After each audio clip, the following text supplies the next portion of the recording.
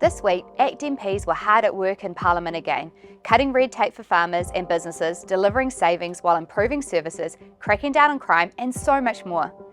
ACT's farmers Mark Cameron and Andrew Hoggard were fighting for farmers, helping to pass laws to halt the assault on property rights from Labor's significant natural areas regime. The pair also championed changes to make freshwater regulations more practical and workable. That's what every farmer is focused on. How can we make it better for the next generation? That is the stuff we do. I look at the Indigenous biodiversity on my farm and I take pride in it. I look at the water quality on our farm and I take pride in it. These are the actions farmers are doing. Dr Parmjeet Palmer lodged a members' bill to prioritise the voices of those directly affected by liquor licensing decisions, cutting out objections from distant opponents who want to tell other people how to live their lives. Nicole McKee tightened her 3 strikes law to ensure the most dangerous offenders stay locked up for longer, reflecting feedback from New Zealanders. David Seymour made the Healthy School Lunch program smarter and cheaper. The government's changes slashed the cost per meal from $8.61 to just $3, saving taxpayers over $130 million a year. If Labor had used our approach, it would have saved taxpayers more than $860 million over 5 years. That is ACT driving real change in government. David also announced that some of these savings would be used to partner with KidsCan to extend access to food for 10,000 of the highest in-need children in early childhood education. David highlighted all of the great things that ACT has been doing to deliver real change for New Zealanders.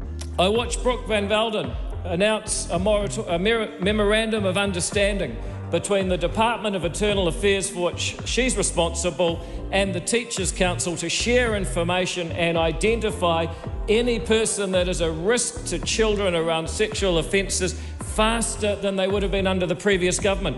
Simple stuff. Some would say a minor detail, but absolutely critical for the safety of children, particularly in the wake of the Royal Commission of Inquiry's shocking findings. And this clearly made some Green MPs quite upset.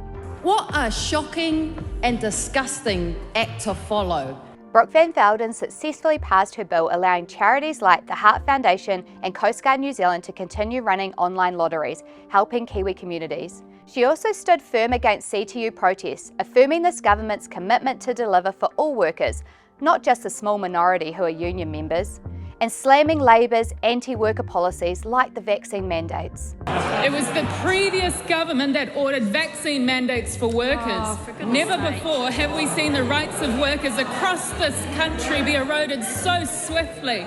Not only did this erode workers' freedom of choice and bodily autonomy, so many people were forced out of their jobs because the government refused to look at other options like RAT tests. Rather than listen to those affected workers, the previous government pushed them to the margins of society.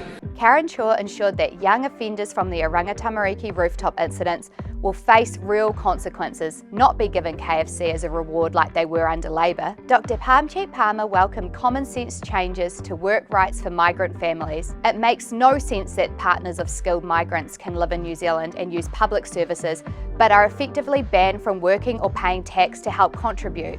We're fixing that.